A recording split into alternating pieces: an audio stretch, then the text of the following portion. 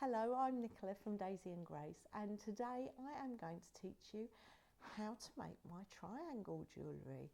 As you can see, I'm sporting a triangle necklace, and this version is a kit using the lovely Alison glass and Juicy Juice fabric, so it looks really lovely. I have two versions of this kit, and I'll show you that in a minute. And I also wanted to show you I do some other jewellery, so I do a hexagon version. There is a really lovely little video that I did with Jenny Doan from the Missouri Star Quilt Company, showing you how to make the hexagon version, which is very similar, but the triangle's just a little bit different to the hexagons.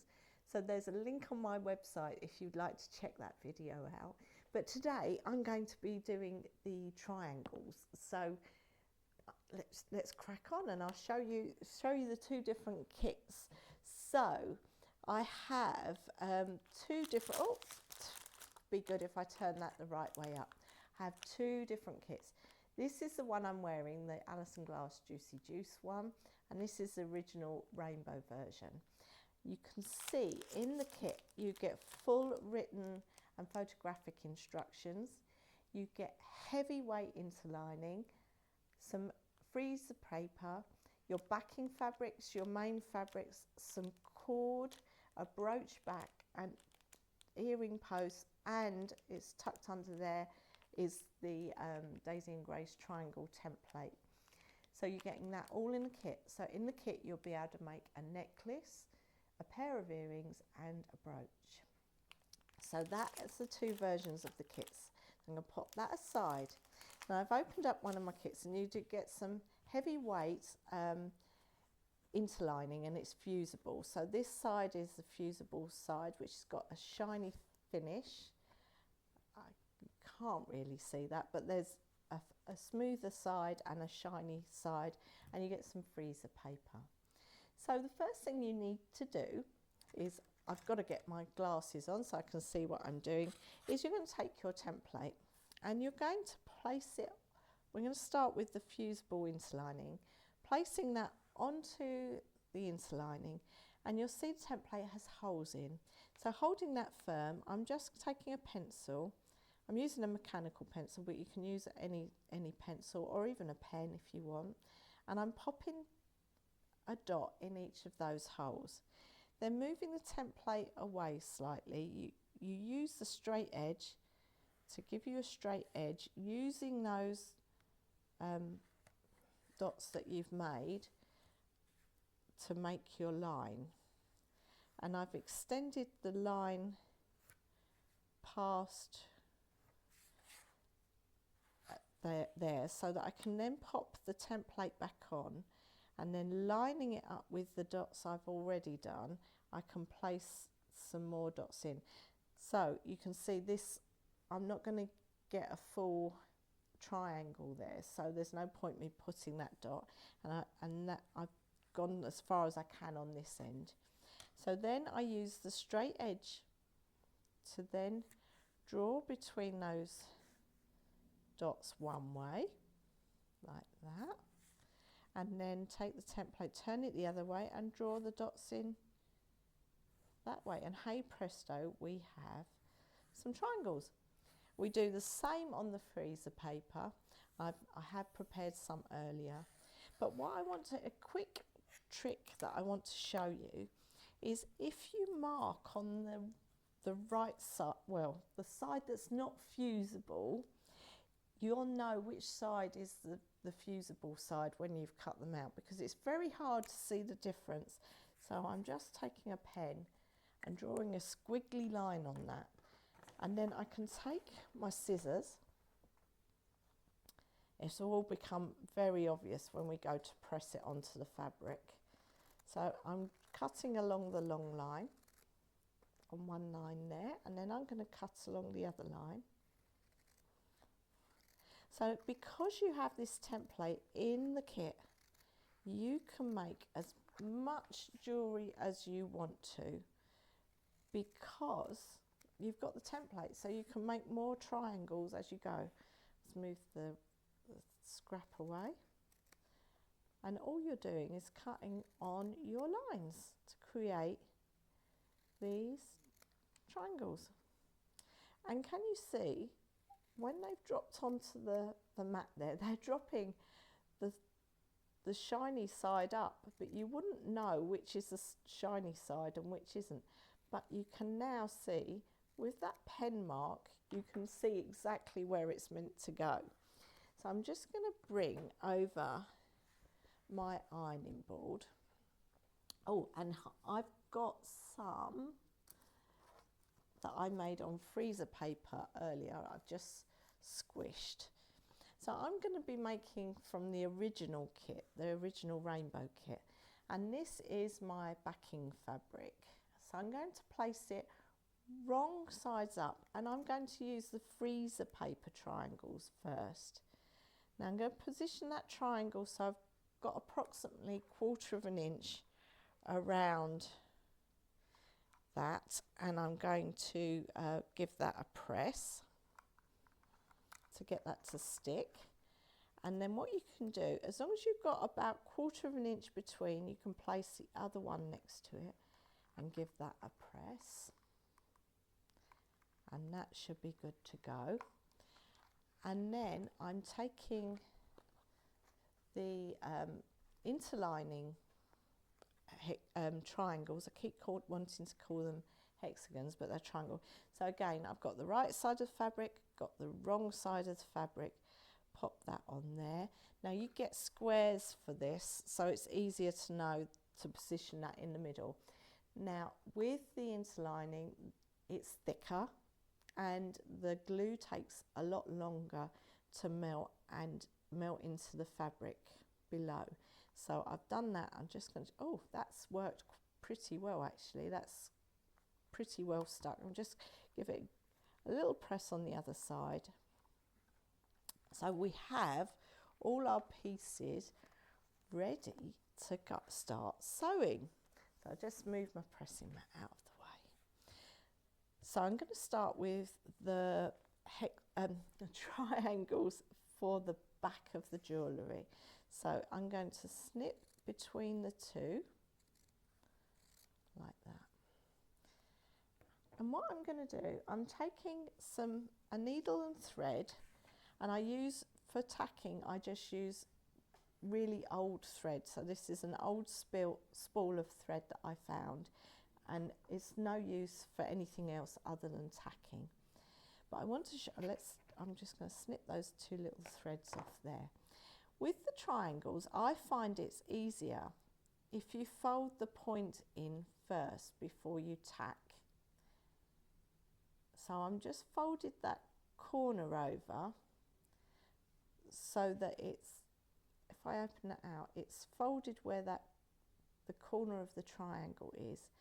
Then I fold over that edge, and you use the paper as a guide to where you fold your fabric. And then all I do is I put a little stitch in there, and we're just tacking the paper in. Now a lot of you, when you're doing English paper piecing, you use glue. If you find that okay, please do that. I'm not police, but I just don't like gluing it when I want to remove the papers.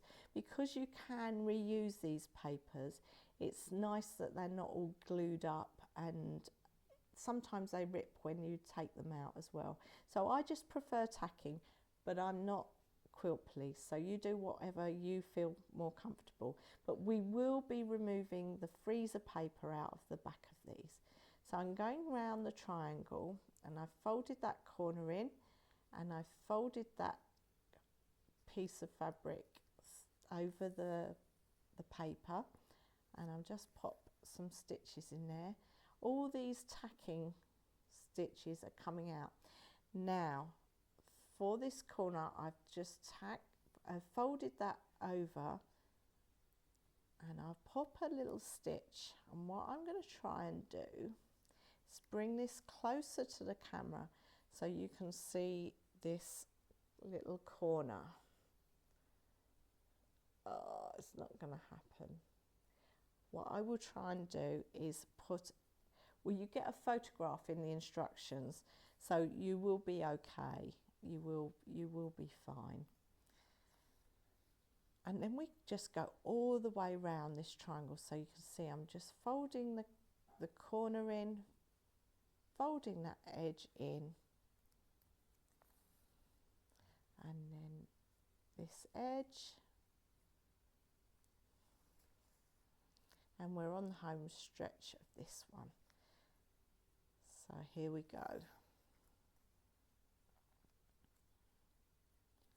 When I get to the end, oh, I don't do that. I put another little back stitch there. Voila. One of the triangles for the back is done. Now on this one, which has the interlining on, I'm going to trim these edges off.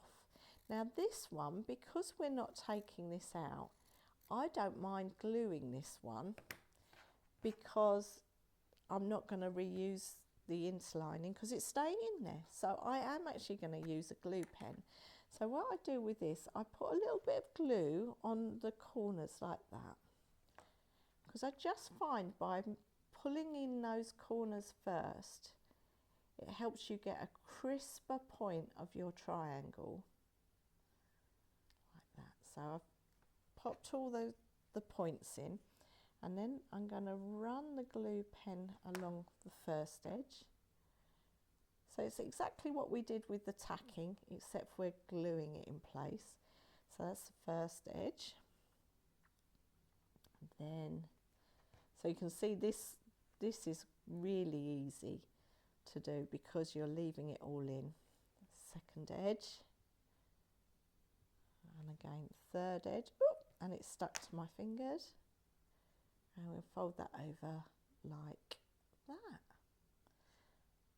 So we have two triangles ready to sew together. So this isn't like English paper piecing because we're making an individual triangle that will then go into the jewellery. So it's sort of like English paper piecing, but sort of not. So what I'm going to do is show you how I join these two together. So I'm going to stick with this thread so that you might be able to see the stitching. But if you were to do this for your jewellery, I would use a colour that matches your backing. So I would use a dark grey to do this stitching. What we're doing is putting wrong sides together, and I'm going to just use a little clip to keep them in place. And I'm going to, I've put a knot in the end of my no, I haven't put a knot in the end of my thread. I am now though, I'm going to pop a little knot in the end of my thread, and then I'm going to run that through that seam allowance on the back till the knot hits. And then I am going to take a little stitch, and I'm just going to, it's sort of like an oversew, sort of like a ladder stitch. So I've come out this side and going in and going out. You can oversew as well, but this sort of hides the stitches, and even with this contrast thread it is really hard to see the stitches, and it does make it really neat. So again, we've got full instructions in the kit showing you how to join these together. So you're going to do all three sides if it's not one of the end triangles for your necklace. If it's one of the end triangles for your necklace where the cord goes in, you're going to leave one point unsewn for about a centimetre each side of that point, and that will just make your life so much easier to put the cord in. But when we're sewing this, when we get towards the end of our where we started the sewing, we're going to need to take the paper out of the back. So I am just going to stitch along here. As you can see, it doesn't take too long to make these little individual triangles. So you could make more of this jewellery to give away to friends and family, because because it uses such little bits of fabric, you could use all your scraps. The other thing is, if you're a dressmaker and you've made yourself a lovely outfit, you can coordinate your jewellery to go with your outfit by using the scraps of your fabric. So I'm just getting to the second point, and I had the folds of the fabric where I folded the triangle seam allowance in. I've just had to push that in while I was sewing it so it didn't pop out.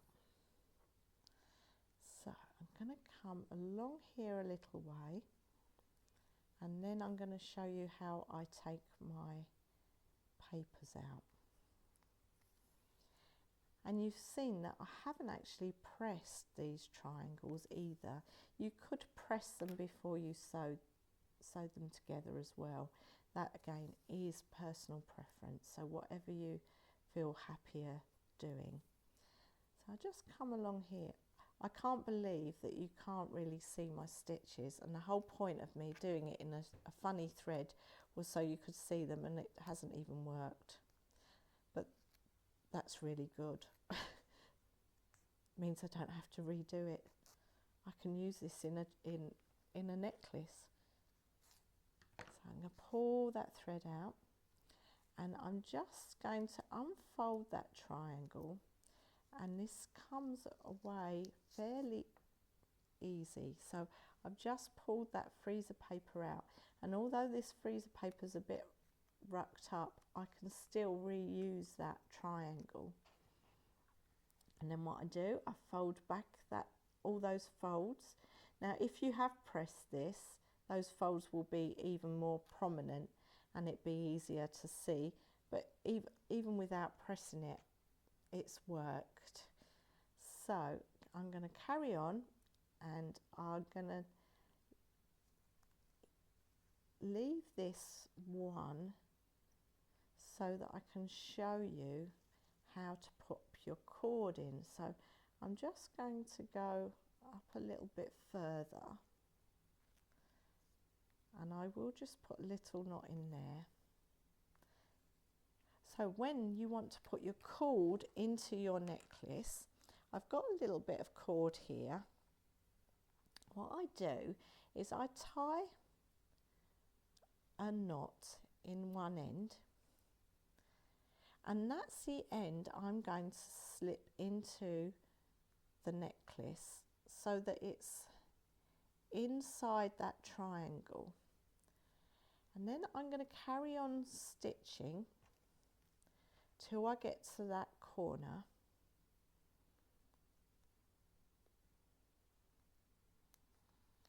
Like so.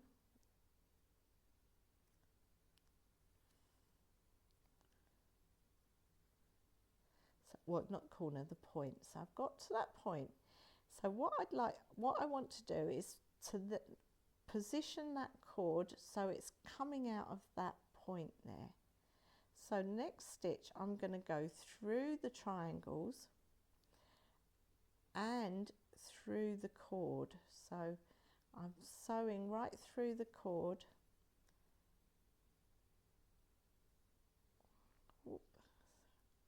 And through the triangles. It's a bit tougher there. And then I go carry on sewing, and your cord is in place for the beginning of your necklace. There we go. Just sew down to the end.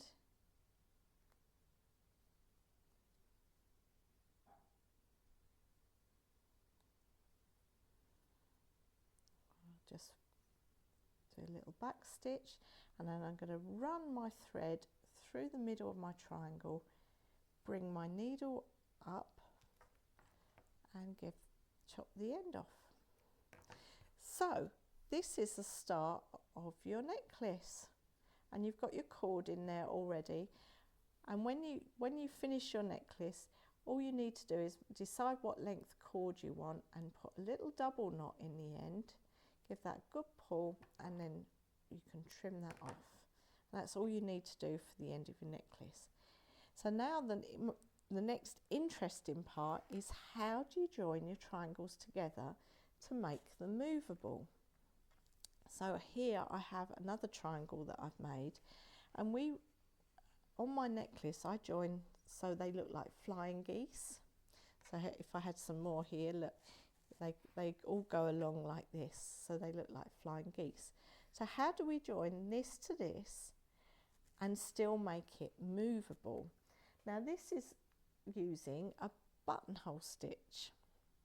Now again, I've got a colour fabric that a colour thread that I wouldn't normally use for the triangle jewellery. I would use either coordinating with the front fabric or a colour coordinating with the back fabric. So it's entirely up to you, but I wouldn't necessarily use something with such a contrast. But I'm going to show you for the purposes of the video. So I have put a double knot in the bottom of my fabric, and it is 4 strands of thread.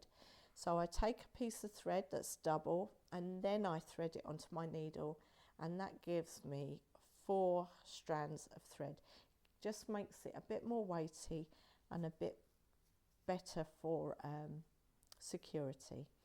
Now I take my needle and I'm going to run that up to the point of the triangle and bring that through. Now oops, you might see that the knot is still there, and what I'm going to do is I'm just going to put my needle back into where that hole was, and then try and give that a pull through, so that knot has gone into the fabric, into the triangle, and is caught at this end. Now what I want to do is find the center of this triangle. So I'm going to fold that in half and give that a little press, and that's given me the position for the center of that triangle, and I've just marked that with the pin. So we want this to match this, so I'm going to put right sides together, and I'm taking my needle, and where that pin is on the other side, I'm running my needle through, removing that pin, and then bringing the thread through. Now I'm not pulling the thread tight because we want there to be like a bar between the 2 triangles. So I've moved the thread out of the way. It's a little bit tough, and I've got a piece of scrap thread caught on there. So the second loop, I'm not pulling that tight. I've got this little bar across here, and I am going to pop a 3rd bar across that. It's a little tricky to get the needle through sometimes. There's a lot of thickness there. So when I open that out, we've got a little bar between the 2 triangles. Now all we do is do a buttonhole stitch around that. So I'm bringing the needle round, creating a big loop here, then putting the needle through that loop, and then I'm pulling it till it finishes, and then dragging it down right to the bottom of this triangle. And then we're going to keep doing that, but as we go up the bar here, we're going to just bring that knot to meet the first knot that we did, like that. And we're going to keep going until that little stitched bar is completely covered with the buttonhole stitch. So it depends how big your little bar between the triangles is, how many knots you require. So I think I still need 1 or 2 more little knots in there. So I think I can get 1 more in. So I'm going to do 1 more and pull that tight. Yes, perfect. So I've created a little bar between the triangles, and I'm just going to pop my needle into the triangle just to catch a bit of the fabric. I've put another little knot in there, and then I'm going to run my needle through the triangle, pull the thread through, cut the tail off, and there we have our little jointed triangle. So you can see it's quite movable, and when you're wearing that, it means that it bends and moves to your neckline, and it just looks so beautiful. I just love it. I love wearing it. It's fancy and it's great, and I love it. Now, if you wanted to put a brooch back on one of the triangles, you take your brooch back and you sew. It has two little holes here and here. So you're just going to attach that onto the back of one of your triangles, whether it's an individual triangle or if you build some shapes. There's some design ideas in the pattern. For the earrings, slightly different, because we want to create a loop for your earring post to go in. So it's similar to the buttonhole stitch that you connect the triangles with, but slightly different. So I'm going to show you how to do that. So here is the back of my triangle. I've still got 4 strands of thread on my needle, and I've knotted the end of the thread, and I am going to pop that into between the 2 triangles and run my needle up to the point of the triangle here. Now again, I want to hide that knot inside the fabric, so I swiveled it around to make a little gap in the weave of the fabric for that knot to pull through, and as you can see, it's pulled through and it's in the corner. Now with this, I'm going to run the needle back through and pull it, but I'm going to leave a loop, and that loop I'm going to put my fingers in, and I am going to do like a chain stitch. So this is the end with my needle on. This is it, the loop. I'm going to pull that thread through to form another loop. I'm going to pull that thread through and form another loop. And I'm going to keep doing that until I have a little chain of stitches. So keep going. Loop, grab your thread, pull your thread through to form another loop, and I don't know if you can see, but it's formed a little chain here. I'm going to do one last one.